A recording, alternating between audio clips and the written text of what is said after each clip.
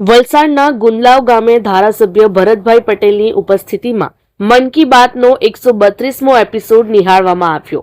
વડાપ્રધાન નરેન્દ્ર મોદીના અત્યંત લોકપ્રિય રેડિયો કાર્યક્રમ મન કી બાતનો આજે 132મો એપિસોડ પ્રસારિત થયો હતો। દેશભરમાં પ્રસારિત થતા આ કાર્યક્રમના ભાગરૂપે વલસાડ તાલુકાના ગુંદલાવ ગામે એક વિશેષ સમૂહ પ્રસારણ કાર્યક્રમનું આયોજન કરવામાં આવ્યું હતું। સરપંચના નિવાસ સ્થાને કાર્યકરોનો જમાવડો।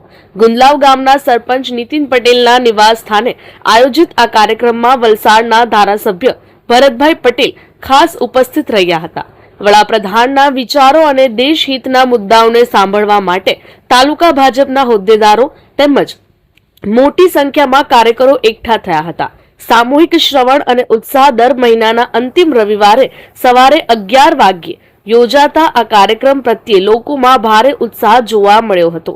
ધારાસભ્ય અને ગ્રામજનોએ સાથે મળીને વડાપ્રધાન મોદીના સંબોધનને નિહાળ્યું હતું। આ તબક્કે ધારાસભ્ય ભરતભાઈ પટેલે જણાવ્યું હતું કે મન કી બાત દ્વારા વડાપ્રધાન દેશના ખૂણે ખૂણે રહેલી પ્રતિભાઓ અને સમાજ સેવાના કાર્યોને ઉજાગર કરે છે, જે સામાન્ય નાગરિકો માટે પ્રેરણારૂપ બને છે।